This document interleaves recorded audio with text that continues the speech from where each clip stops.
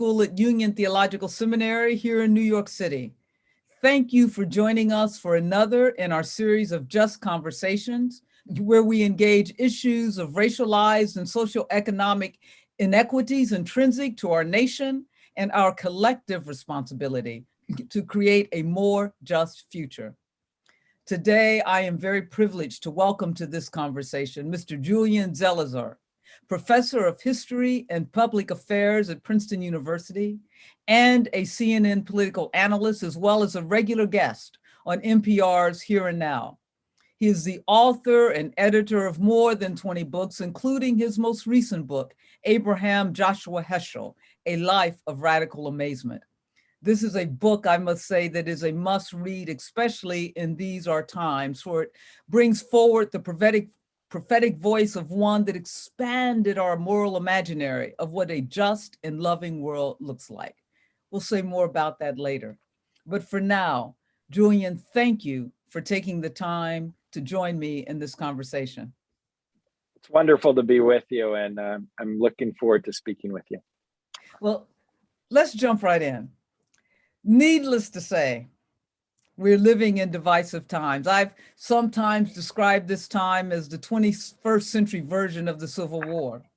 So let me begin this conversation by asking you, as both an historian and one who provides regular commentary regarding issues of the day, how would you describe this period in our country's history?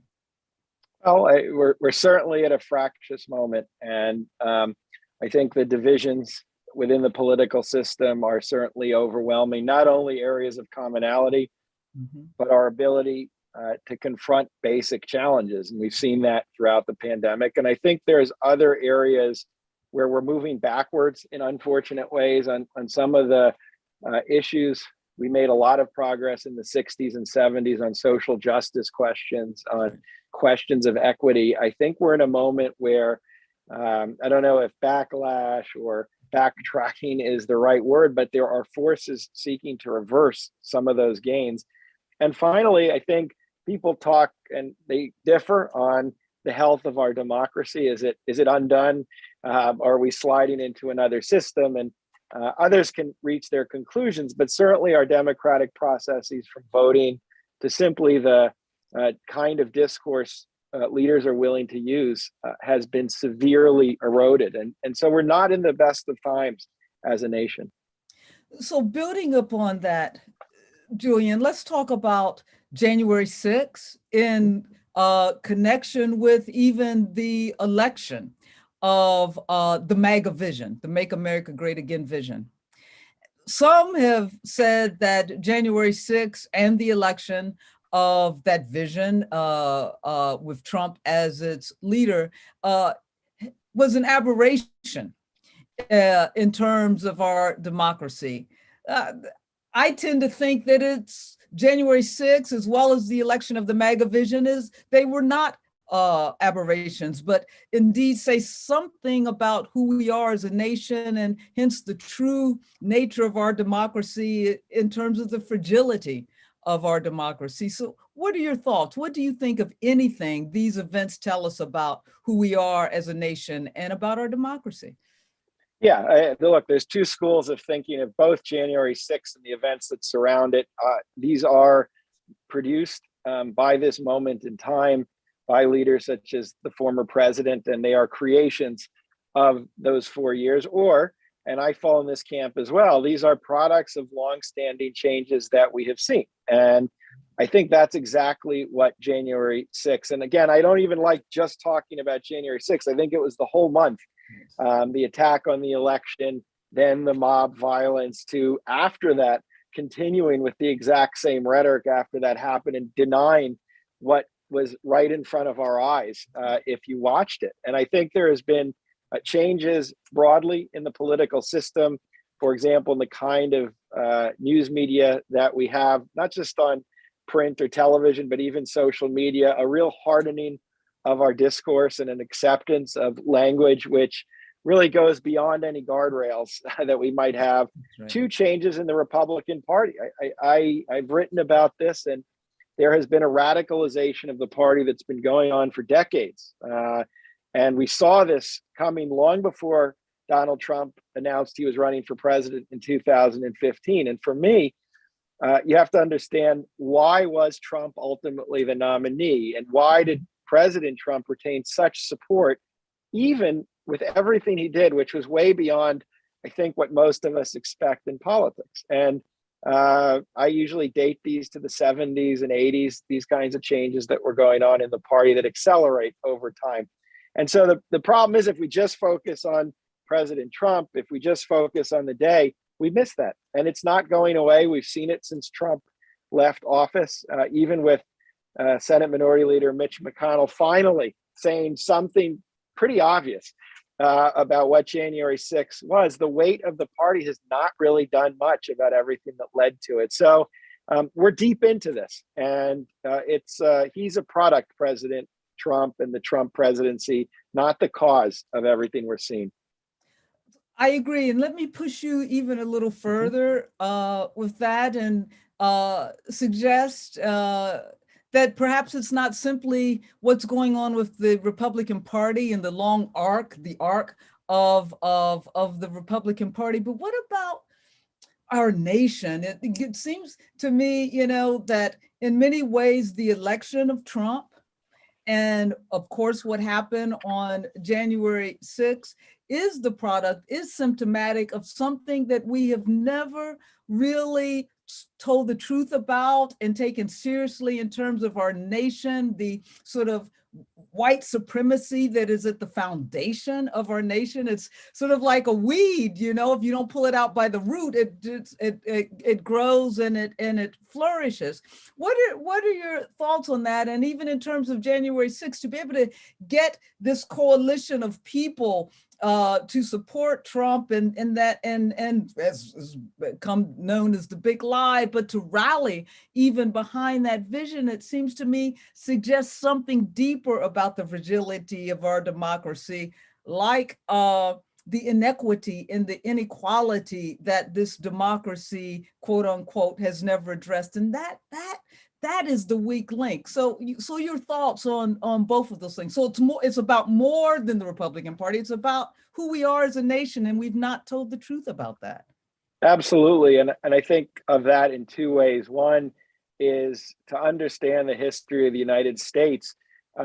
It's not controversial to understand the role racism has played in the evolution of this country, how it has been inscribed, racism into so many parts of American life, and other forms of hatred and inequality. They're not new. Anti-immigration and nativism is very old in this country, and they are phenomenon. If you're taking a U.S. history class anywhere, you'll, as long as you're allowed to teach it, that is, you'll come back to this theme over and over. And the commitment to moving in a different direction is relatively new.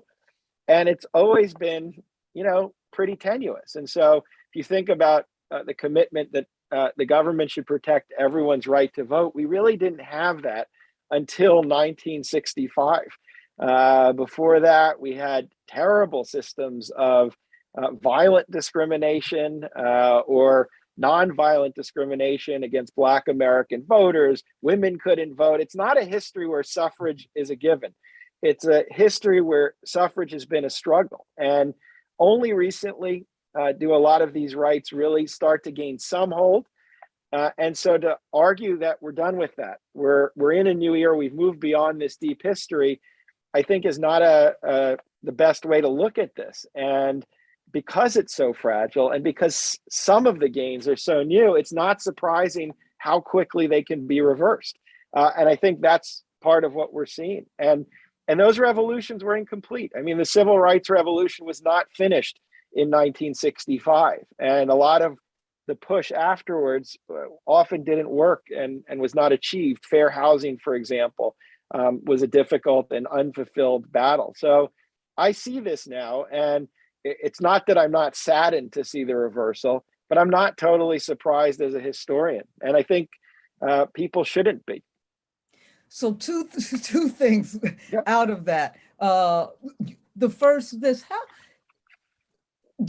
you talk about how the civil rights revolution, if you will, wasn't complete. And I think of this historical pattern, right? After Reconstruction, there was this backlash, if you will. And of course, after the civil rights, this what they termed white backlash, so that it seems that at every point in time when particularly Black Americans have had any progress toward civil rights, toward freedom, there's been a backlash. How much of this, and this is ingrained in who we are as a nation, how much of this do you see as even a backlash, as in many ways I wasn't surprised, a backlash to an Obama presidency in terms of him being the first Black president?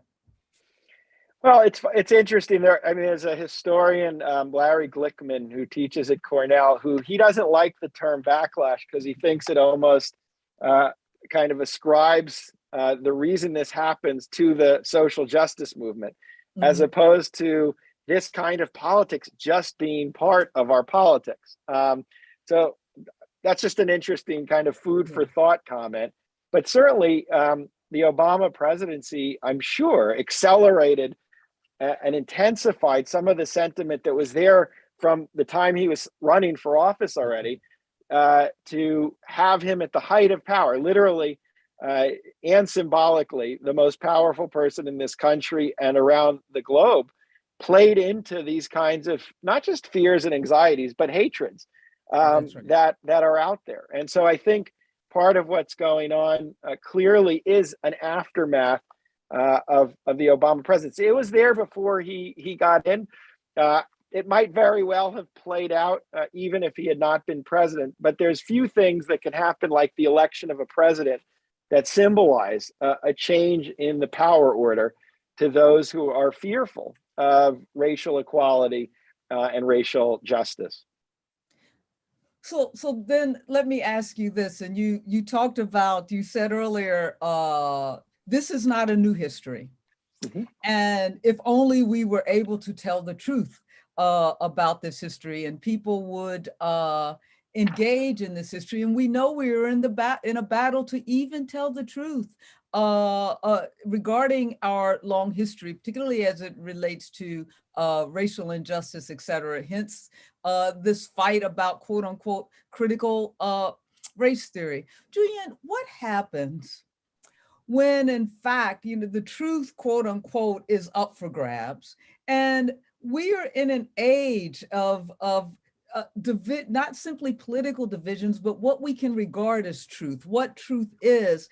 And it would seem that this is clearly not a simple divide to cross, especially when we know that there's certain segments of the community of our nation that only look at certain media outlets, be they, we can say the same with progressives and fundamentalists or whatever, and conservatives, that people are getting their information from two completely different streams.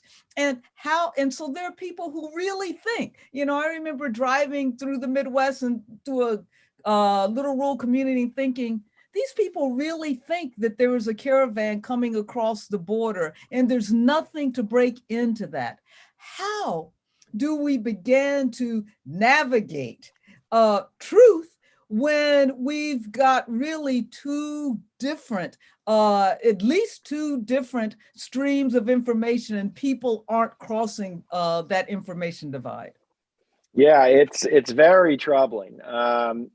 We always have big differences in this country, and we have vigorous debates, and we have disinformation throughout American history, but we're in a moment now where the disinformation has become mainstreamed. And a lot of the information flow we get, if you're not careful, it's easy to get the untrue into your head. And I often tell students, it's in the 60s, we were bitterly debating Vietnam. And there was one side that said, we have to get out of Vietnam, and the other was either saying stay or intensify.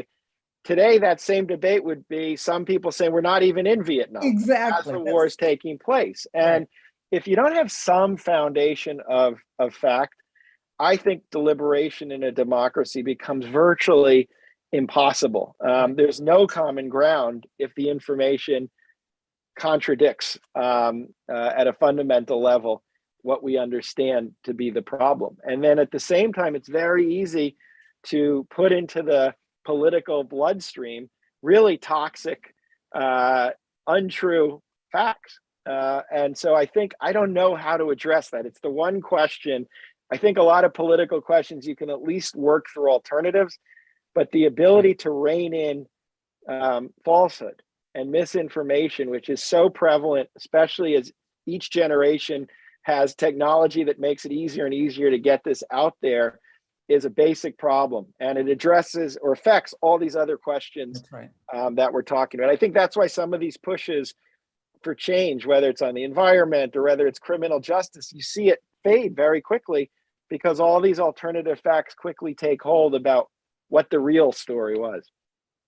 Well, your mention of criminal justice is going to allow a segue to this next question for you, because it seems, and you have talked about this in relationship to a recent commentary you wrote on criminal justice and President Biden's response to it, that there's something more at stake in our nation, that we can't even agree on truth and facts, and that is the moral core of our nation. Like, what just is right? What is just the decent and right thing to do? And you have talked about this in relationship to Biden's response to criminal justice reform and rising crime, and you've said that the president wields the power to pursue policies that are morally just. What happens? Here we are again, when the political overwhelms the moral and overwhelms our sense of what is right. And we've seen this most clearly in relationship to the battle against the COVID pandemic. How do we get out of this trap, this cycle of the political really masquerading as the moral? And we can't get to the right thing to do. No, it's a big ongoing question, and we're in the middle of it. And I think some of it's a leadership question. I mean, we need leaders who are not always going to do the riskiest thing politically, and people want to maintain power for good reasons. They want that power to achieve important ends, but there are moments when you have to put the political calculation aside, certainly as president, also as members of Congress, and move forward with kind of these big moral challenges that we face as a nation. And I think for anyone who's been watching in the last few years and paying attention, clearly the way in which the Black Lives Matter movement really elevated the ways in which race is intertwined with our criminal justice system. And all Americans witnessed how this unfolds through many videos and stories of horrendous incidents. We're now a decade since Trayvon Martin. And we've been kind of watching this story, and it's an old story, and it's been many moments when we say we're going to deal with it and we don't. This is when you need a president to take the chance. And in that article I wrote about how Lyndon Johnson in 1964, despite the pressure of the civil rights movement, had every reason not to move forward with civil rights. It was dangerous for his party. He's thinking of election. The Southerners are against this thing. But he made a decision that moment in history was the time he was going to put his legacy on the line for a piece of legislation that actually tried to start moving back to what Reconstruction was about and try to fulfill that promise. And, in the end, it cost him. I mean, it actually does cost him, but I don't think he would ever take that legislation back if we could talk to him. And there's a famous, Robert Cara's biographer has a great line from Johnson, who said, "What the hell is the presidency for if you're not going to use it?" when he's being told by his advisors, be practical, be cautious. And I think we're at a moment like this. I fear that the political calculations right now, a lot of Democrats, including the president, might make are just moving them towards some sense that abandoning criminal justice reform, being law and order, is politically the best thing to do. I'm not actually sure that's right. But the cost will be very high because all the problems we have been discussing will not be addressed moving forward. And this is our window to do it. No, I couldn't agree with you more. And it reminds me of something that I often say to leaders in my own church denomination, and it seems as though sort of the calculus even is that we've got to be bipartisan, we've got to unify as a nation, and that true unity emerges out of justice and not the reverse. Right? Because that's a false piece.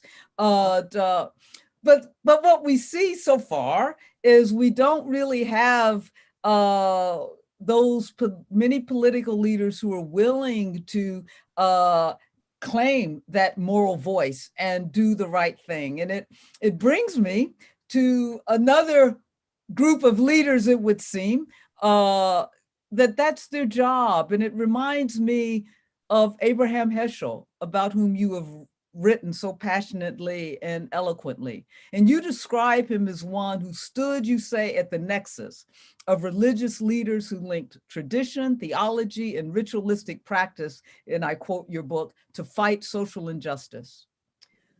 Julian, what is the role of religious leaders in this struggle today? Where are the Abraham Heschels? How are we to, must they deal with this resurgence of white supremacy and its insidious relationship to Christian nationalism as they manifest themselves in anti-Blackness, anti-Semitism? And even as you perhaps answer the question of what is their role, have you been disappointed in religious leaders of today? Yeah, and I'll preface it. I come from a family of religious leaders, of rabbis.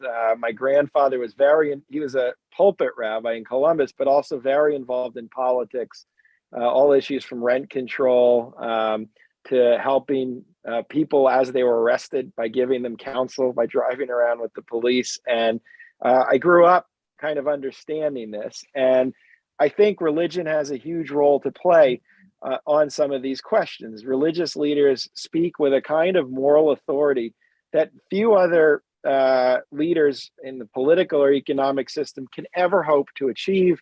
Their reach, even in a very secular nation, is still immense. And not just in pockets of the country where there's already sympathy to these issues, but in the 60s, religious leaders were very important in states like Illinois to reaching out to white congregants who otherwise didn't care about these questions, but saying on something like civil rights, there is no middle ground. Right. There is the ground on which we all need to stand. And religious leaders can offer that. They also can help mobilize support for certain questions. It doesn't have to be partisan. It could be based on the issues in a very a way that's unrivaled by many other local leaders. And I think we can't afford as a nation to have too many preachers and religious leaders stand on the sideline, given the nature of the struggles we face. Not everyone is going to be involved, and there will be disagreements, but we need, as we had in the 60s, a core. There are some figures like this. Reverend William Barber clearly has done more than many people to bring this tradition back in our lifetime. There's a Rabbi, Jill Jacobs, who is the head of a group called TRUA, Human Rights Rabbinical Association. But most politics and religion has been dominated by the religious right. And I think in dealing with everything we're talking about and hearing different kind of voices, we need religious leaders to step up right now in an urgent way. No, I couldn't agree with you more. And I often say, as people complain about, religious leaders complain about the religious right controlling the narrative, I often say, you know what, they're doing what they're supposed to do.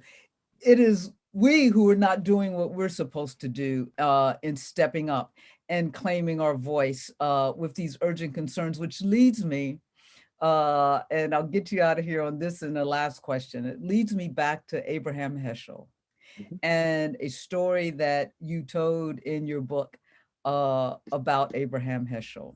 And it was a story surrounding his involvement or his call against the Vietnam War. And you tell this story of him talking about to the sacrifice of Abraham and Isaac and a child's response. I'd love for you to share that story with us, as well as answer at the end of that story. You quote Abraham Heschel as saying that Vietnam was our most urgent, most disturbing religious problem, biblical problem, a challenge to the whole nation and to us as individuals.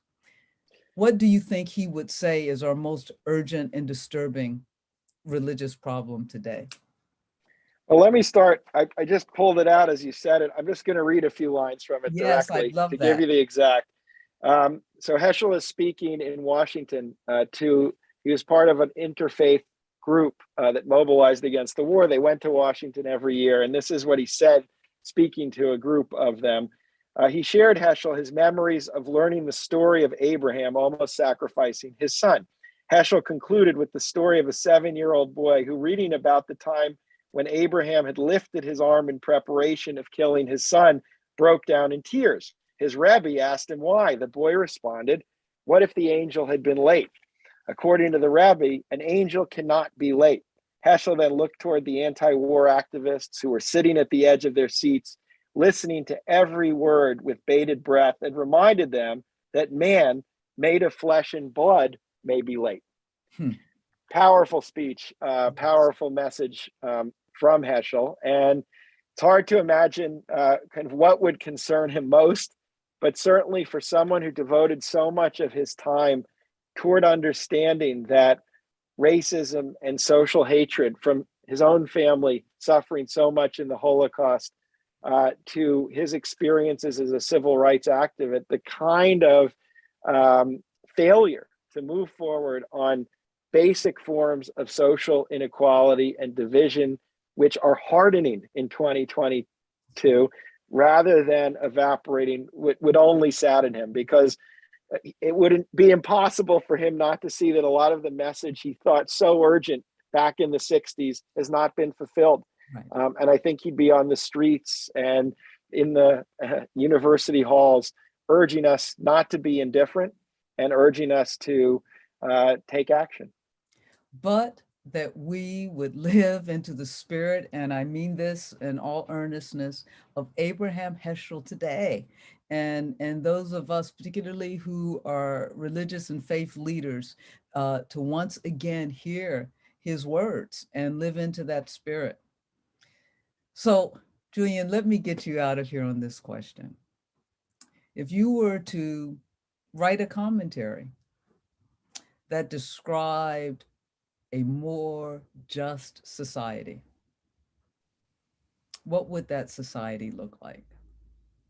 Well, it would be a society where at some level a young person can be born regardless of their race, gender, sexuality. Those would not be barriers that they would have to spend their lifetime overcoming. And if we had a society where our institutions nurtured the individual and protected that kind of social division from structuring our lives, we'd have a more just society. And that's a big dream. But I think at some level, and this gets back to King's speech in 1963 at the March of Washington, that is what a just society has to be. And we are far from it now, but we have to aspire to achieve that with body and soul. Thank you for that. To get on the arc, right? That bends toward justice. Julian Zelizer, thank you so much, not simply for this conversation, but thank you for really your passionate and prophetic moral witness in terms of who you are as an historian and as a commentator and as a person. Thank you so much for being with us today. Thanks so much for having me.